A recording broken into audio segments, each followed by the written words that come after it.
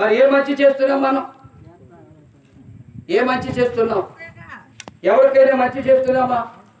కన్న తల్లికే మంచి చేసే కొడుకులు లేరు, అన్నకే ఏమండి మేలు చేసే తమ్ముళ్ళు లేరు. ఎవరు పడితే వారు స్వార్థపరులైపోయారు. మరి నీ క్రియల ఫలము దేవుడు నీకు ఇస్తాడు. అన్నను మోసం చేశాడు ఎవరు? ఇలాగే అంటే ఏం నేర్పుతున్నాడు మీ గారు మీకు? మరి చెప్పరే. అన్ననే ఇప్పుడు అన్నను మోసం చేశాడు. అతని క్రియాఫలం అతనికి ఇచ్చాడా లేదా? శారమ్మ గారు, ఏ క్రియాఫలం వచ్చింది అతనికి? ఊరు వదిలిపెట్టి వెళ్ళిపోవాల్సి వచ్చింది. అమ్మ ప్రేమ లేదు, నాన్న ప్రేమ లేదు, అన్నయ్య ప్రేమ లేదు, ఎడారిలో ఒంటరిగా ఉండవలసి వచ్చింది, దిక్కులేని స్థితిలో ఉండవలసి వచ్చింది, పారిపోవలసి వచ్చింది. అతని క్రియ పరమాత్మకు వచ్చిందా లేదా? తర్వాత బుద్ధి మార్చుకున్నాడు, మనసు మార్చుకున్నాడు, ప్రవర్తన మార్చుకున్నాడు. నా పేరు యాకోబు అని చెప్పేశాడు కనుక ఆ క్రియాఫలం ఎలాగొచ్చిందంటే ఆశీర్వాదము వచ్చింది. కాబట్టి నీ క్రియాఫలం ఎలాగుంది? నీ క్రియలు ఎలాగున్నాయి? అది కట్టున్నాడు, యెహోవానకు నేనే నిన్ను మొత్తువాడను. ఇశ్రాయేలీలకు రాజుకుంటున్నటువంటి హేరోదుని ఎవరు మొత్తారు? దేవుడే. ఎందుకు? అతని క్రియాఫలం ఎలాగుంది?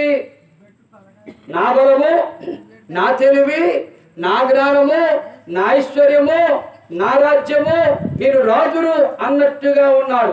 అక్కడున్న ప్రజలందరూ కాదు ఇది దేవుని స్వరము, మానవ స్వరము కాదు, దేవుని స్వరం అని దేవుని స్తుతించారు. స్తుతించిన వారి మీదకు శిక్ష రాలేదు గాని స్తుతించకుండా గర్వించాడు. చూసారా? ఏ రోజు మీదకు శిక్ష రాగా, ఏ రోజును దేవుడు మొత్తగా ఏ రోజు ఏమైపోయాడు? అక్కడ పడి పురుగులు పడి చచ్చిపోయాడు. అది అతని క్రియాఫలం. మరి మన క్రియలు ఎలాగున్నాయి? సేవకుని ద్వేషించే క్రియలుగా ఉన్నాయా? సేవకులు ప్రేమించే క్రియలుగా ఉన్నాయా? శివనిటి పిలిచాడు యేసు ప్రభుని విందుకి, కాలు గడుపుకొని నీళ్ళ వల్ల, తుడుచుకొని తవల వల్ల. అతని క్రియాఫలాన్ని బట్టి ఆశీర్వాదం వచ్చిందా? రాలా. కానీ అక్కడ యేసు ప్రభు ఉన్నాడని ఒక పాపాత్మురాలు పరిగెత్తుకుంటూ వచ్చి ఆయన పాదాల మీద పడి కన్నీరు కార్చి ఏడ్చి ప్రార్థన చేసింది కనుక, కురువెట్టుకలతో పాదాలు తుడిచింది కనుక, ఆమె పగలతో ఆయన పాదాలను ముద్దు పెట్టుకుంది కనుక ఆమె క్రియాఫలాన్ని బట్టి ఆమె పాపాలు క్షమించబడ్డాయి. దేవుని స్తోత్రం. హల్లెలూయా. నీ పాపాలని పట్టుకోకుండా ఉండాలంటే, నీ పాపాలని శిక్షించకుండా ఉండాలంటే దేవుడు పంపించిన సేవకుడు ప్రేమించడం నేర్చుకోనండి. దేవుడు పంపించిన సేవకుడు ఆదరించడం నేర్చుకోనండి. దేవుడు పంపించిన సేవకుడి పట్ల మంచి మనసు కలిగి మీరుంటే ఆ క్రియా ఫలాలు మీరు మీ పిల్లలు అనిపిస్తారు. దేవునికి స్తోత్రం చెబుదాం. హల్లెలూయా. ధైర్యంగా చెప్తున్నాను, హేరోదు క్రియాఫలం మంచిగా లేదు కనుక దేవుడే హేరోదును మొత్తాడు. ఈనాడు మనల్ని మొత్తుతున్నాడు. మన దాకా శాంతమ్మ గారు 15 ఉందట, బాధతో ఉందట, ఏమంటే వ్యాధితో ఉందట. ఎవరు మొత్తారు? దేవుడే. మళ్ళా దేవుడి చదువులో ప్రార్థన చేసింది, ఏడ్చి ప్రార్థన చేసింది, మాకు చెప్పింది, ప్రార్థన చేసాం. మళ్ళా దేవుడే ఏమిచ్చాడు? ఫలమిచ్చాడు, బలపరిచాడు. ప్రార్థనా ఫలితమేమో బలమనిచ్చింది. ప్రార్థన చేయలేక, ప్రార్థన మీద ఆసక్తి లేక ఆ ఉండడం ద్వారా దేవుడు కాసంత బలహీన పెట్టాడు, మూలపడ్డది. నేను ఎందుకు మూలపడ్డాను అనేది తెలుసుకుని ప్రభువాని ప్రార్థించింది.